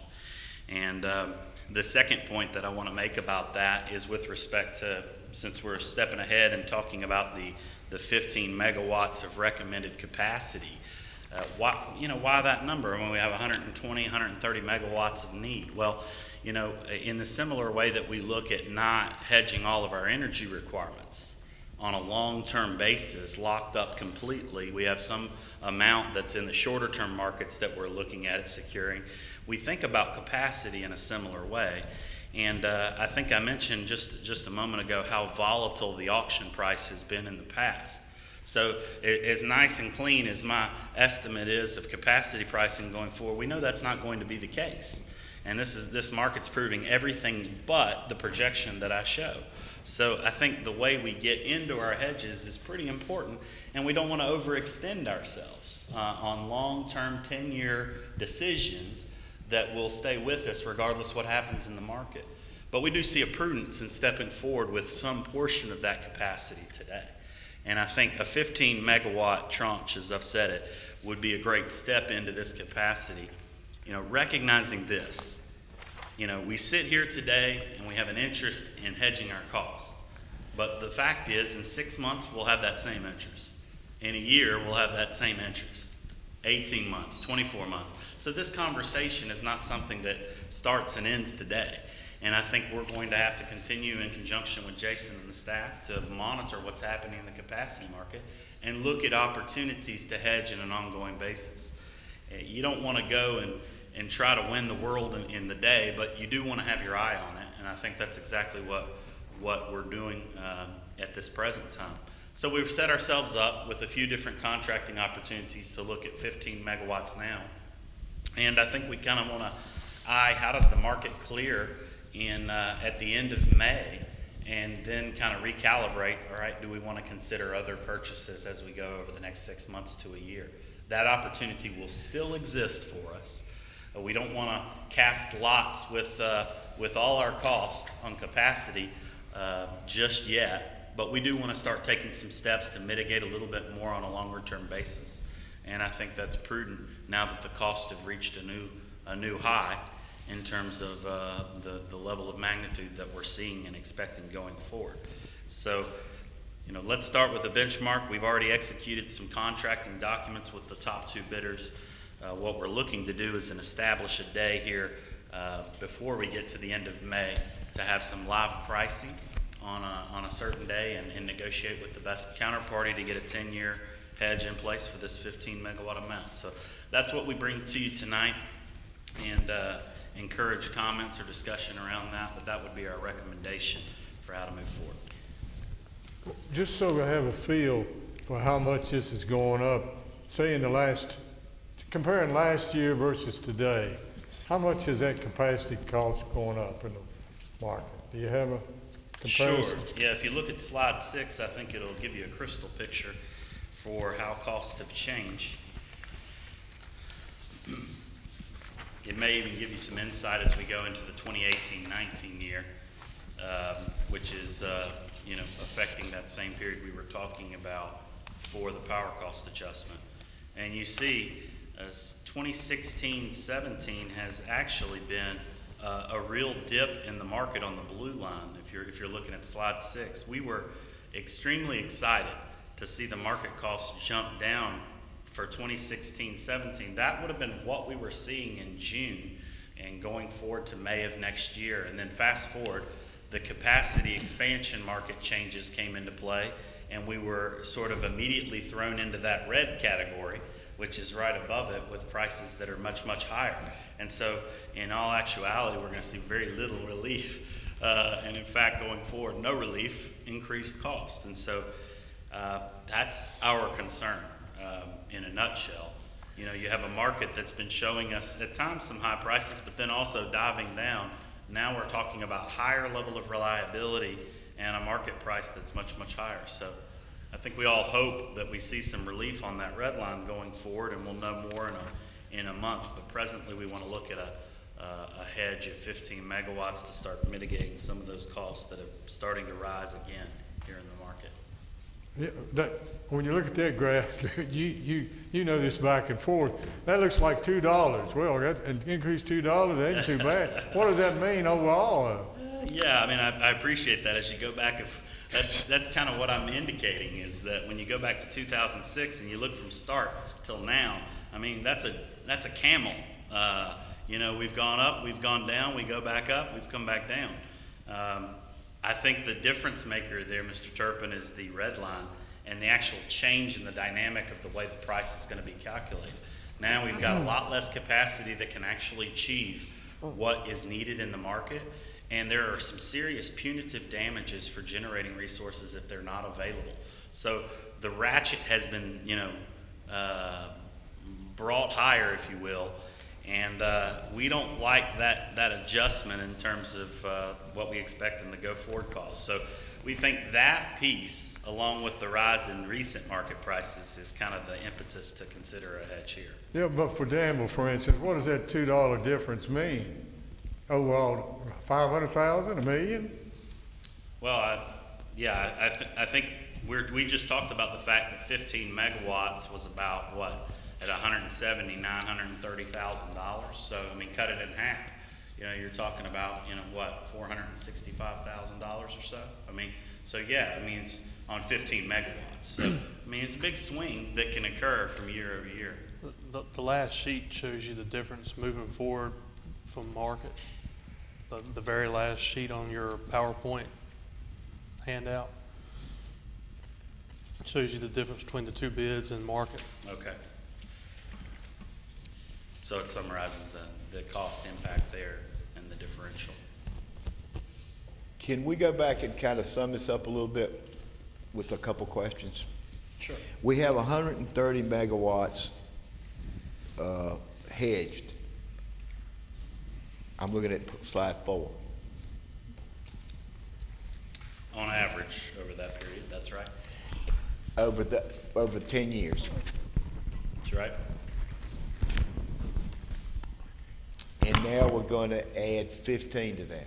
So I'll say that differently. We have 130 megawatts hedged on a very long-term basis, and the rest of the 130 is being essentially hedged in capacity on a short-term basis via the market. That's a 3-year hedge, so that looks like a short-term, you know, purchase in the market. So now we're saying we think the longer-term piece needs to be pushed up, shorter-term down, because of what we're seeing prices increase to. Is it all being hedged right now? All 260?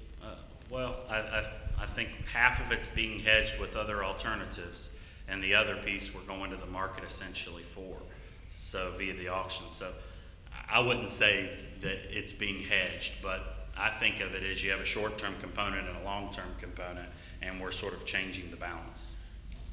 So it's not the type of hedging, it's the length of the hedge, Yeah. the way you're looking at it. Yeah, you could think about it. I think you mentioned just briefly earlier that, you know, this gives them a 3-year guaranteed price signal. Well, we see that same price clear, and we know exactly 3 years from now what our price is going to be. So there's no reason for us to hedge in that period. We know what the price is.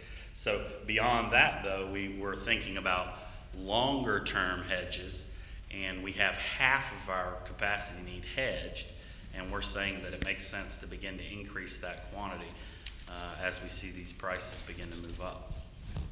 So we want it all hedged, but we want it to hedge it in a way that we can be economical with their purchases. Yeah, I mean, I think we get to a little bit of semantics around what word we're using there, but I'm saying half of it is hedged via resources that we went and procured, and Right. half of it is not. Right. And so, but that half that's not is essentially being procured from the capacity auction in the market. What we don't go hedge, that's where it's coming from, and that's how we're gonna see the short-term price signal. So your goal is to hedge the other 130. The goal is not necessarily to buy all of that today. Like I said, we're recommending 15 megawatts more. Why that portion? Because we're saying we need to increase our hedges that last a longer term period of time.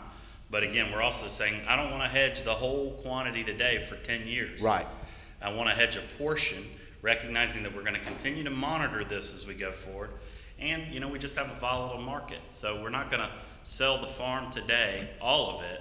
We're going to begin to look at this piece that remains and take off a portion of that risk today and continue to monitor it as we go. Based on pricing. Yeah, based on pricing and as it's. And it's going to continue to roll. It's like a ladder.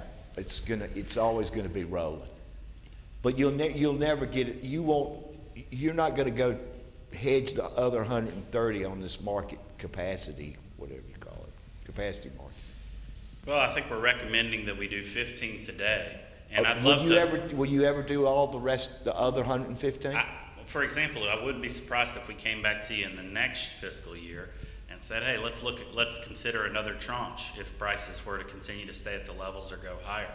I think we're diversifying on our timing so that we're not making a decision all at once, recognizing that we don't have to. 1 year passes by, okay, we still have that same 10-year opportunity.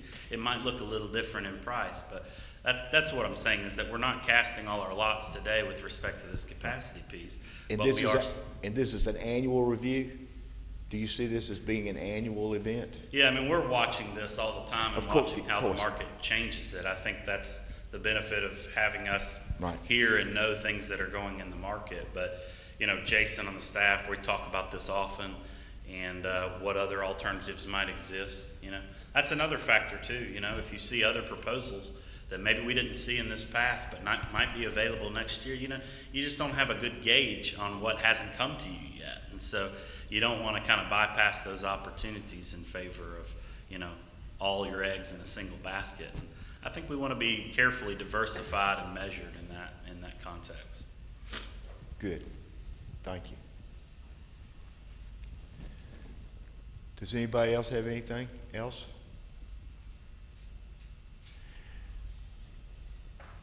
On page 26 of your agenda, there is a recommended motion.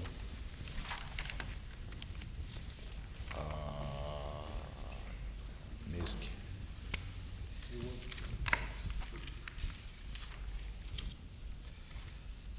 Can we make that motion when Yes, one member left? you got it. You got it. We don't. 1, 2, 3. We do not have a quorum. That's temporary. Yeah, exactly, temporary. We hope. So we could move on to something else and come back to it, perhaps? Let me just ask one question, Gary. Somehow I've gotten a little confused about this solar facility. Okay. Okay, so we took action a couple weeks ago or months ago to sign a purchase power agreement. Council's already done that. Now, is this asset going to be used in two different ways? I mean, it's a purchase power agreement. Is it only for, in other words, I thought that was just a separate agreement. Is that part of the 15 megawatts? No, sir. It's Okay. not part of this 15 megawatts. Okay, It all would right. be separate. That had me confused. All right. Okay. Sorry if that was unclear. Actually, if you look on slide 4, I believe it's accounted for as one of our resources. Yeah, okay. The Somehow, how orange- did I get the idea that this, is there a different power, solar, asset being looked at? This is the only one that we're negotiating Okay. agreement with. And that's, just correct me if I'm wrong, but the solar project does capacity and energy. Correct. And this I'm is sorry, just, the solar does both capacity and energy. Okay, that's where I got lost. Okay. Yeah. Okay.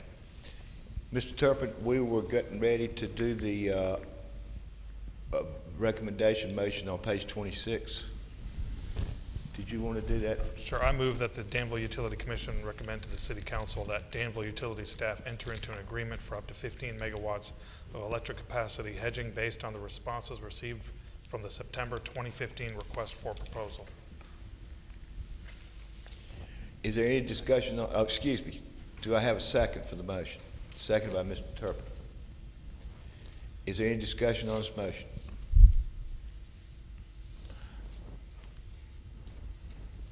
If not, I'll call for the vote. All in favor say aye. Aye. Opposed, no. Motion carries unanimously.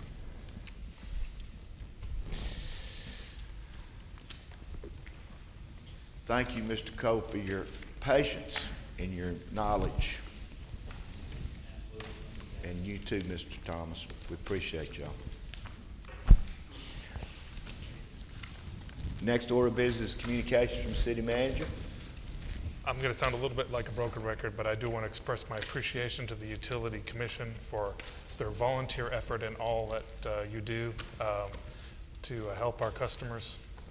I know that it's a lot of work that you put into it, and I may say this often, but I just want to remind you all that I appreciate everything you do, and you're all a big help to us. Thank you. Utility staff, Mr. Dunkley.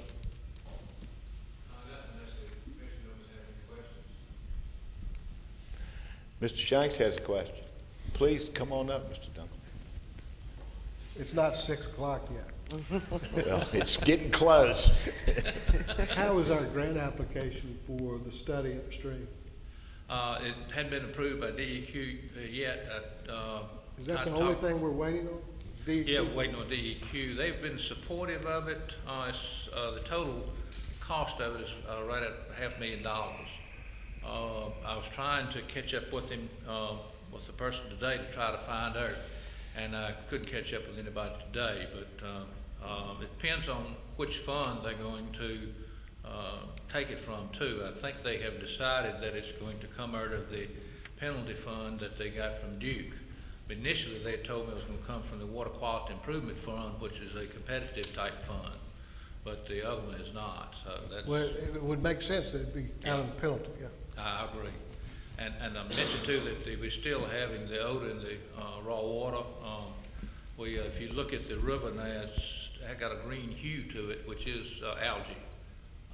But we are adding a lot of carbon and powdered activated carbon to it. Any knowledge of how the Smith's looking right now? They have noticed, it appears from what little work has been done so far, that the Smith appears to be the major contributor of the odor. That's just very, very preliminary. Well, you know, I'll just say that when you cross over the Smith River at midnight or late in the night and you're crossing on a high bridge and you can smell the water, that's a pretty good indication. Yeah, a lot of people have called and told me about the smell, that's for sure. On Saturday, you could smell it when I crossed the bridge at mid-afternoon, about 3. Right there at the sports complex? Exactly. When you talk about the penalty funds, are you talking about National Fish and Wildlife penalty funds? Yes. Okay. Yes. I'm sorry, I probably should have referred to it in a different way. Yeah, thank you. Anything else? Thank you, Barry. Thank you. Mr. Wiles? I have no comments today unless there are questions. Thank you. Ms. Holly? I don't have anything unless there are questions. No. Mr. Dasher? Basher? Disher. I'm sorry. On Disher, on Dancer. Disher. I'm sorry, Mr. Disher. Mr. Disher. And thank you all for all your good work. Appreciate y'all. Commission members, Mr. Shanks, do you have anything? No, I have nothing. Thank you. Ms. Turpin? No. Ms. Kane? No, sir. I'd like to say again, I appreciate Mr. Cole and Mr. Thomas for being with us today. I think we had a really good discussion about this PCA issue. I hope we can work something out that will make everybody a little more satisfied with how we're going to go about this in the long run. Does anybody from the public have anything they'd like to say? And Mr. Gray, we'll let you take us out. Just a few updates from AMP. Prairie State went through a extended outage, maintenance outage for the month of March. It was a 35-day outage on Unit 1. There were no significant problems found, so it's in good shape for the summer months. And most of the hydro projects are up and running and producing megawatt hours. Smithland is the only plant that hasn't been constructed and will be online sometime in probably December, but all the other dams are producing electricity. All right. If nobody has anything else, I'll declare this meeting adjourned. Thank you.